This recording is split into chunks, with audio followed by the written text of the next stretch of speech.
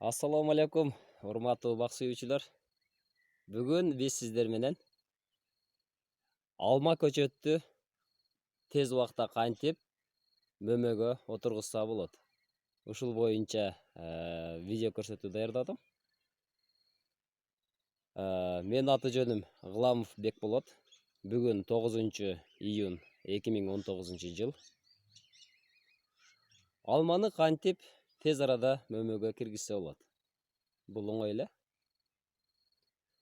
Мунун тамыры, бул көчөттүн тамыры кадимки эле сиздердин багыңыздарда өсүп аткан алманын астынан чыккан көчөттөр.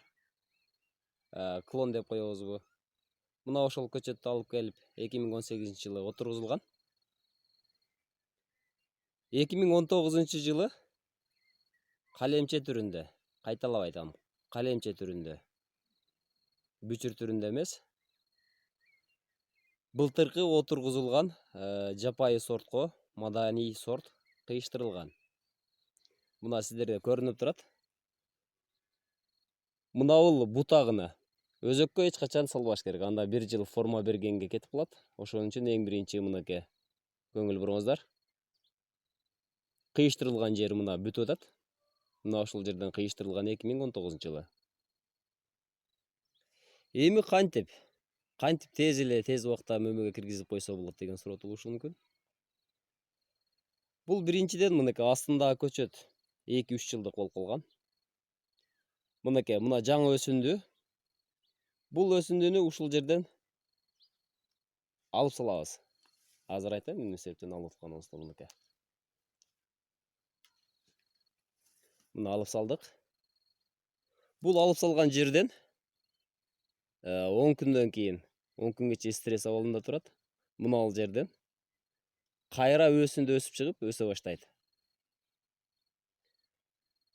Мына ушул өсүндү дагы өскөндөн кийин мына ал жерге чейин дагы кырып салабыз. Эмне үчүн алып салды деп айтышыңыздар мүмкүн. Бул жерде алып салуудагы максат мына ал жерге чейинки бутакты бышырып алуу.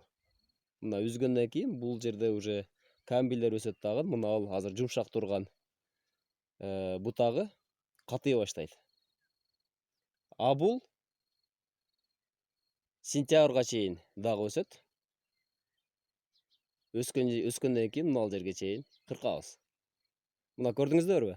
1 жылда дарак 1, 2, 3. 3 жашка чоңойтуп алабыз. Мына ушул жол менен 4 жылдан кийин буюрса алма алса болот.